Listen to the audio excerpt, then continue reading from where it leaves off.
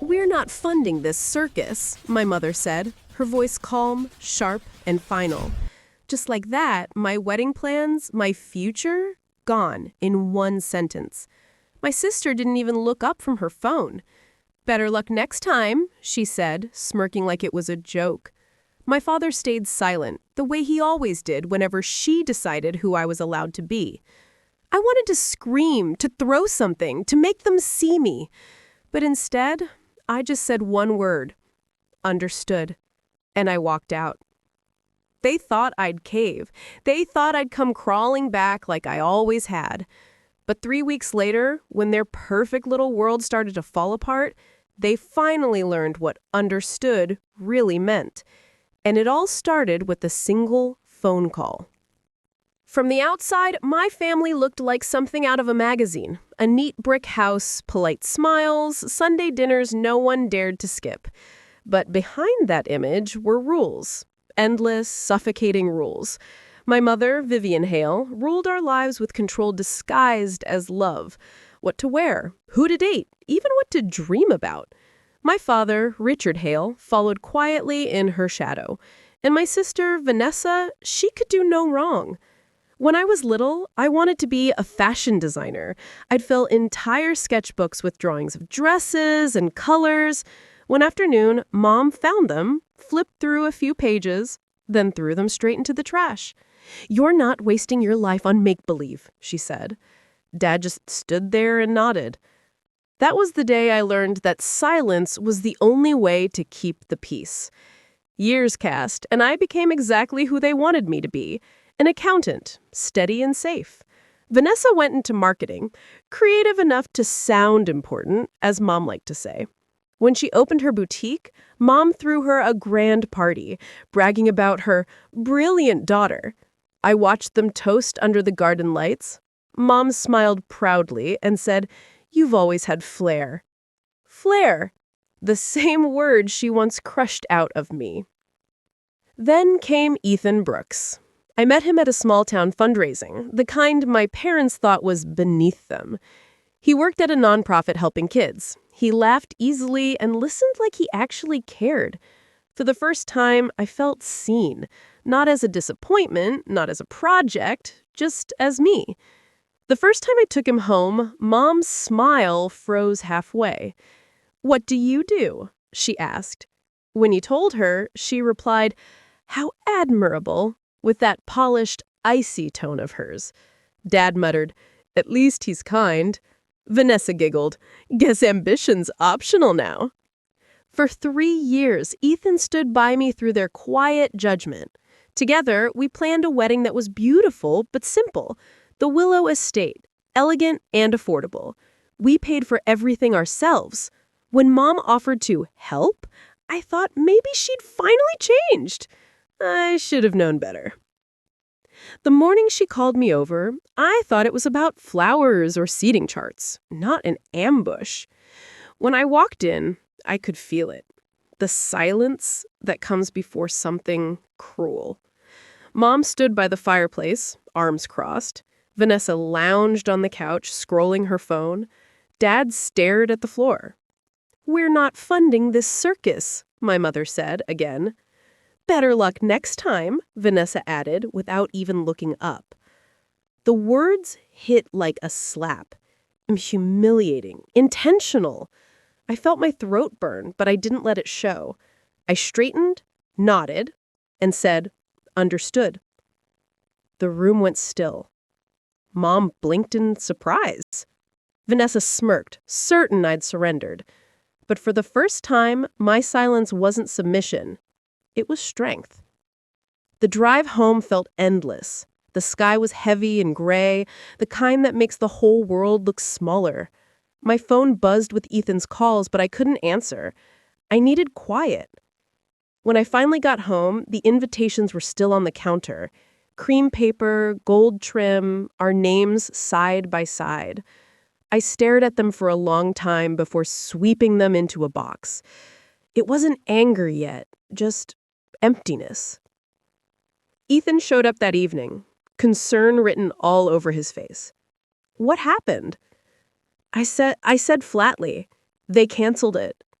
They what? They called the venue, the florist, everything. It's over. He stepped closer. Do you want me to talk to them? I shook my head. No. This time it's my turn. Later that night, I opened an old drawer.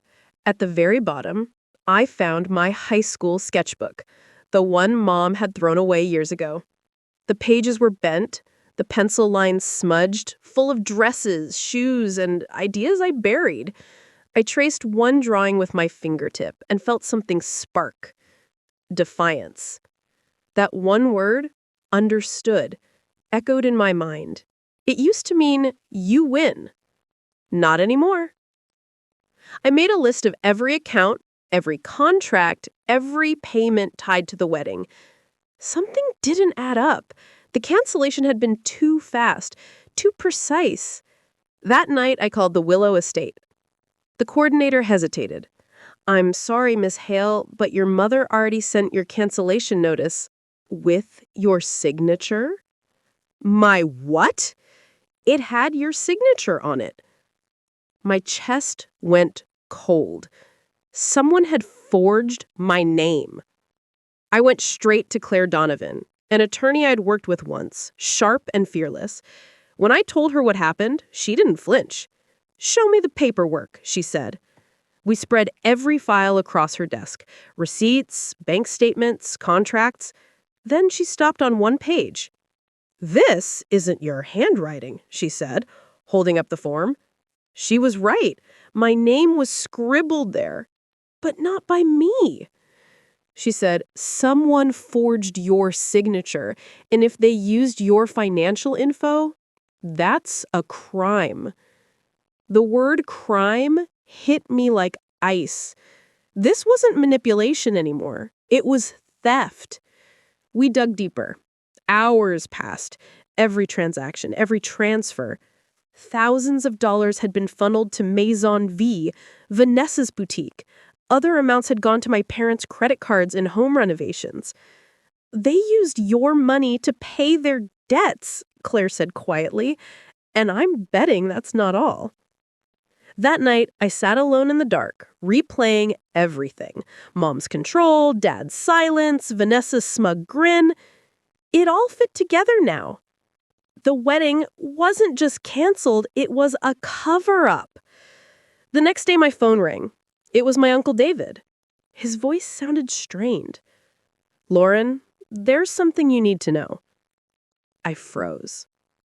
What about it? It's about your grandfather's trust fund. He set it up years ago. $250,000. It's yours, but it activates when you marry. Your parents have been managing it and withdrawing from it. I checked the records myself. I couldn't breathe. They've been using it for years, he continued softly. Vanessa's boutique, the house remodel, all from your trust. If you got married, the audit would expose everything. They had to stop the wedding. I pressed my hand to my mouth. My family hadn't just betrayed me, they'd stolen my future to protect themselves. That night, I emailed Claire. We're filing the case. I whispered. They wanted control. Now they'll get consequences. The courtroom smelled of old wood and paper. I sat beside Claire, hands clenched. Across from me, my family looked smaller than ever. Mom's pearls didn't shine. Dad's tie was crooked. Vanessa scrolled on her phone until the bailiff told her to stop. Case number 4721, Hale versus Hale, the clerk announced. Hearing it out loud hurt more than I expected. Claire spoke clearly. Your Honor, this case involves the unauthorized use of my client's financial assets and a forged signature on legal documents. We intend to show that Lauren Hale's parents and sister not only sabotaged her wedding, but also stole her inheritance. Mom leaned to her lawyer, whispering sharply. She hated losing control. Claire laid out every detail. The fake cancellation, the bank transfers, the boutique payments. Then came the trust fund. Uncle David testified. My father, Lauren's grandmother, created a trust of $250,000 for her. It would be released upon marriage. I discovered significant withdrawals made by Richard and Vivian Hale. The courtroom buzzed. Mom's attorney objected. Irrelevant. Family finances are private. Claire didn't blink. Fraud isn't private. Mom turned to me. You don't understand, Lauren. We were protecting you. That man, Ethan, he's not good enough for you. I met her gaze. You protected me? By stealing from me? We only used what we needed. Vanessa was drowning in debt. Maybe she should have been. Maybe it would have taught her responsibility. Vanessa slammed her hand on the table. You think You're better than us? Our parents did everything for you. The judge banged his gavel. Order. Claire calmly handed over an invoice. This document shows that Vanessa's boutique renovation was paid directly from Lauren's trust account, authorized by her father's signature. Vanessa's face went pale. By the end of the trial, every secret was exposed. Mom played the victim. Dad mumbled apologies. Vanessa cried for show. The judge's voice cut through the silence. This court finds in favor of the plaintiff. All misappropriated funds are to be repaid immediately. Additional damages of $50,000 for fraud and emotional distress. Mom gasped. Dad's head dropped. Vanessa stared at me in disbelief. I didn't smile. I just breathed.